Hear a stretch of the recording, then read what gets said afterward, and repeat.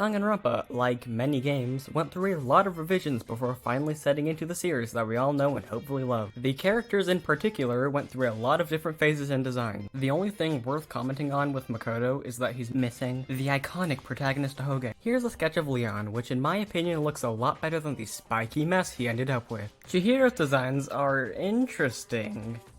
There's one used in the beta Distrust who has a bowl cut. Not a good look on you there, bud. Then there's this, which I'm very glad doesn't exist. Mondo's hair used to be unreasonably pointy, which just made him look like a rhinoceros, but then there's gun hair.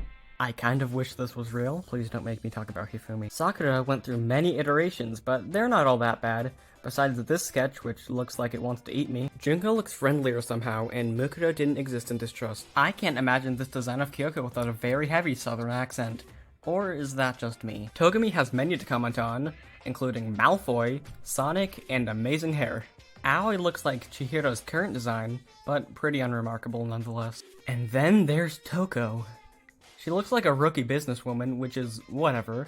But then there's this gremlin, which is absolutely terrifying. By the looks of it, Genocide Jack seemed to exist back then, and I kind of want to see this thing go ballistic. Oh yeah, and then there's this one, which I like. Thin Monokuma is cool, but anatomically incorrect Monokuma is the stuff of nightmares. Moving on to Danganronpa 2, Hashime is somehow looking like an isekai protag, Togumi and Shuichi all at the same time. Teru Teru has 4 very interesting designs. There's Hot Teru Teru, my favorite, which sorta looks like a gender-bent Chiaki, Mafia Teru Teru, and one of Pekko's designs I want to mention because of the hair bow she wears. It's very similar to the one Sanya ends up with. Oh, yeah, and Derpy Pekko. And Derpy Ibuki. Why did they do this to so many people? Ibuki also wears a gas mask for this one, for no apparent reason. Nekomaru has a lot, including Derpy, Mekamaru, which is cute, and straight up Fuyuhiko. I need to mention this design of Nagito, which I think would make him one of my favorite designs had it come to light. Chiaki has some interesting concepts, one looking very similar to Chihiro, and another one resembling Maki. Fuyuhiko has a ton, most of which were incredibly buff guys. I think they ended up switching Fuyuhiko's and Nekomaru's betas. I find this design of Sanya very interesting because of how normal she looks, considering she's a princess.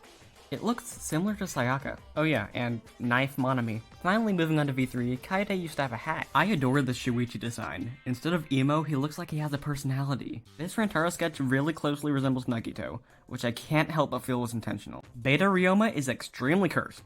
Look at these! Kidrumi looked like entirely different characters between her multiple designs, which I kind of like. Angie's is interesting because of the giant paintbrush she had slung across her back, along with this design that resembles Hiyoko. Hio originally had an eye patch instead of a mask. Also, I didn't know he attended Super Smash Bros. Academy prior to Hope's Peak. Mio looks like a painter in this one. I also kind of like this one with the wild hair, it fits her. I will die for Beta Kokichi. I'm not one of those crazy Kokichi fans, but I love this thing. Maki's designs resemble both Himiko and Tenko, and finally, the Himiko in question had this adorable coat that I kind of want. This was a lot of fun, and thanks for watching it through. I still post, don't worry.